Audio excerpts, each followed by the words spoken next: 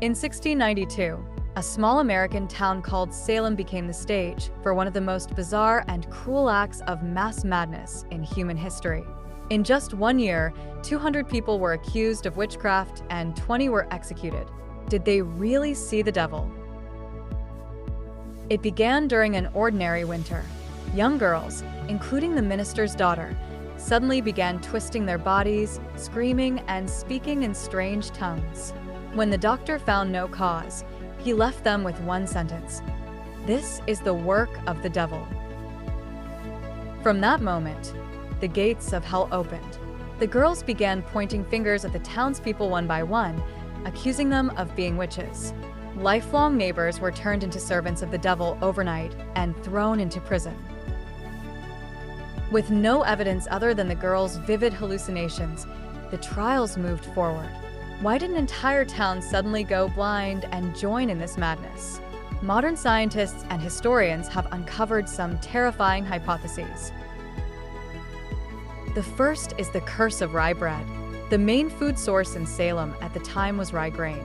However, that winter was unusually wet and cold, causing a bizarre fungus called ergot to grow on the rye crops.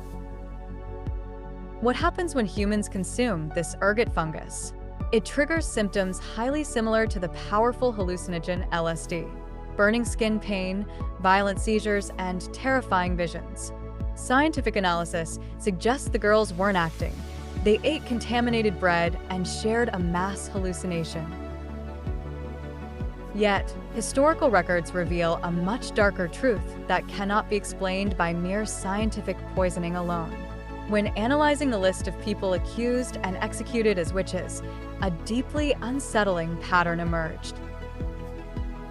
Most of the accused were wealthy landowners or people locked in long-standing property disputes with the accusers' families. Under the law at the time, the land and property of executed witches were confiscated and redistributed to the government and the accusers.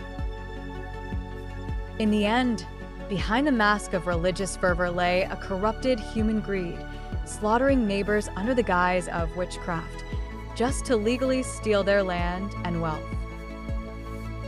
The overwhelming fear of the era also played a massive role. Fresh off a bloody war with native tribes, the entire village was suffering from frontier PTSD. Combined with strict Puritan rules that banned all forms of entertainment, the perfect storm for mass hysteria was born. A year later, as the madness finally cooled, the townspeople expressed deep regret and admitted the trials were wrong. But it was far too late for the innocent lives lost. It remains historical proof of how cruel humans can become when blinded by fear and greed. Was it the curse of the rye bread, or a calculated crime for property? Perhaps the real devil was never a monster in the dark, but the greed hidden inside the human heart. If you enjoyed today's mystery, please hit subscribe and like, and stay tuned for the next deep dive.